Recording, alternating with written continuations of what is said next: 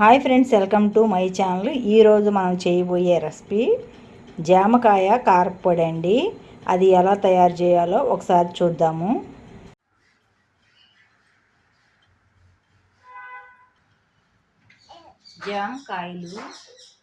జామకాయ అంతా ఇట్లాగా మనం విత్తనాలు వేసుకోకూడదు. ఇప్పుడు ఇదిగోండి, ఇట్లా జామకాయని పైన కండ వరకే తురుముకోవాలి.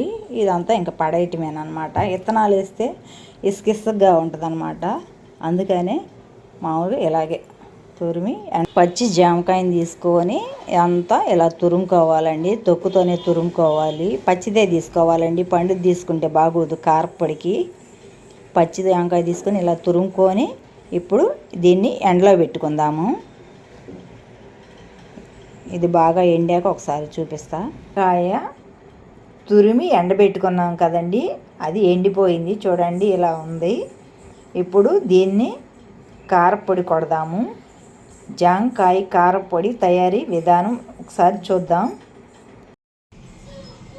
స్టవ్ వెలిగించుకుందాము.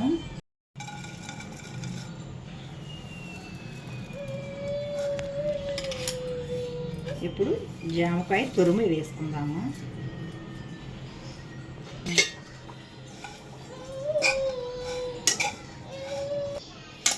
ఇది సిమ్లో పెట్టుకొని బాగా వేగనివ్వాలండి.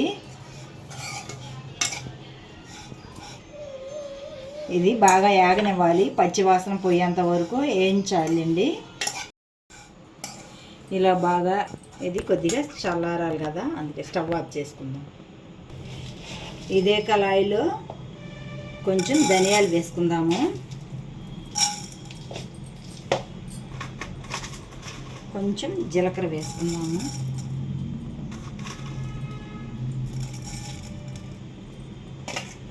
ఎండుమిరపకాయలు వేసుకుందాం. ఇవన్నీ కలిపి వేయించుకోవాలండి.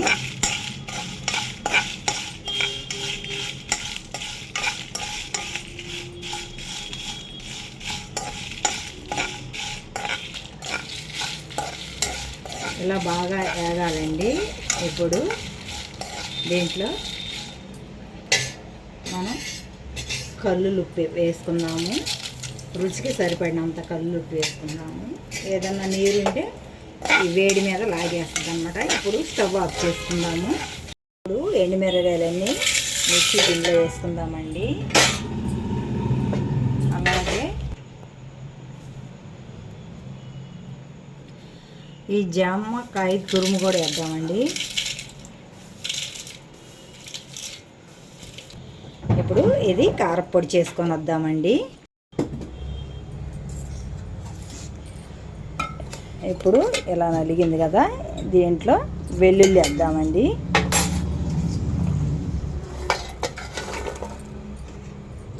ఇప్పుడు ఇంకొకసారి గ్రైండ్ చేసుకుందాం. జామకాయ కారపొడి రెడీ అయిందండి. జామకాయ కారపొడి చిట్టి ఇడ్లీలు రెడీ అయ్యాయండి. ఈ వీడియో కనుక మీకు నచ్చినట్టయితే లైక్ చేయండి, షేర్ చేయండి, సబ్స్క్రైబ్ చేయండి, పక్కనున్న బెల్ ఐకాన్ నొక్కండి.